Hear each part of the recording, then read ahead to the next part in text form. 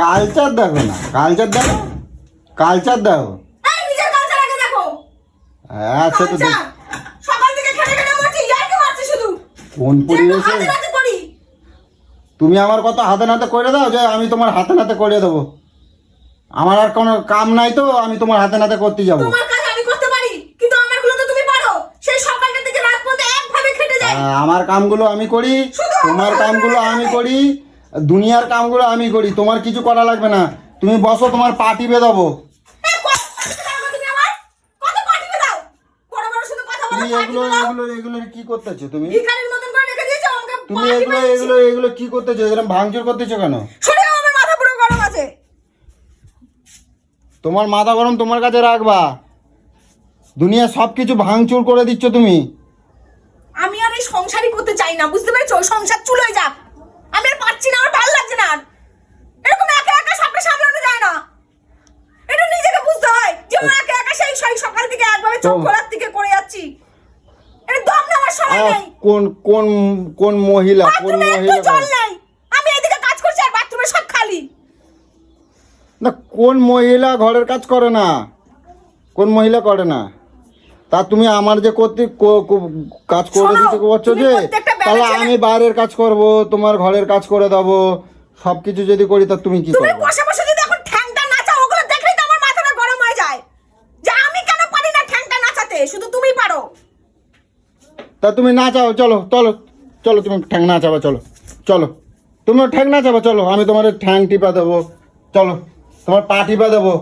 আমার যদি এটাই বাকি আছে। এত সুখ আমার কপালে আছে নাকি? এত সুখ আমাদের বয়সী মেয়েরা দেখো কত ভালো ভালো জায়গায় বিয়ে করে সুখে শান্তিতে সংসার করছে, আর তোর মতন এরকম আমার কালচার নিয়ে কথা বলছে। তোর মতন কালচারকে বিয়ে করে আমার কালচার নষ্ট হয়ে গেছে। জানোয়ার কোথাকারের ছোট লোক পরিবারের জন্ম। আমি তো এটাই বুঝে পাই, আর ছোট লোক পরিবারে আমিও কপাল পুরাতে এসেছি। মানে কাজ করে দিতে পারলেই ভালো তোমার, মানে তুমি বসে বসে ঠ্যাং নাচাবা আর খাবা, তাই তো? তাই তো? এই তো হচ্ছে কথা, তাই তো? তোমার এটা লাগবে। তুমি আমার ঠ্যাং নাচাতে দেখছো? তুমি যে এত কথা করছো ঠ্যাং নাচাতে দেখছো? তুমি কি কামটা করো? তুমি কি কামটা করো? কি বাড়ির মধ্যে সারাদিন যে থাকো, কি কামটা করো?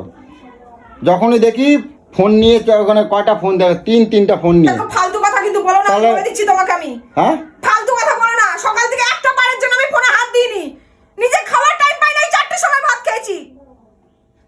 তাহলে কামটা করছো কি? আজকে এই যে প্রায় 15 দিন হয়ে গেছে, আমিও আমার নিজের কাজের জন্য আমি ব্যস্ত রয়েছি। অ্যাকোয়ারিয়ামটার অবস্থা কি দেখছো? এর মধ্যে তোমার ওই মাছগুলোর জায়গায় যদি তোমারে ঢুকাই রাখে, আমার মাঝে মাঝে ইচ্ছা করে তোমারে ঢুকাই দিই। দেখো তুমি কথা শুনলে মাথা গরম হয়ে যায়। ওই কাজটা আমার, অ্যাকোয়ারিয়াম পয়সা করে আমার, আমি এটা তুলে করতে পারি।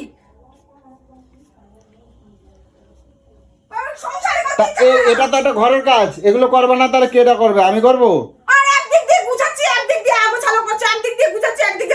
এই আগোছালোগুলো কে করছে? এগুলো কেটা করছে?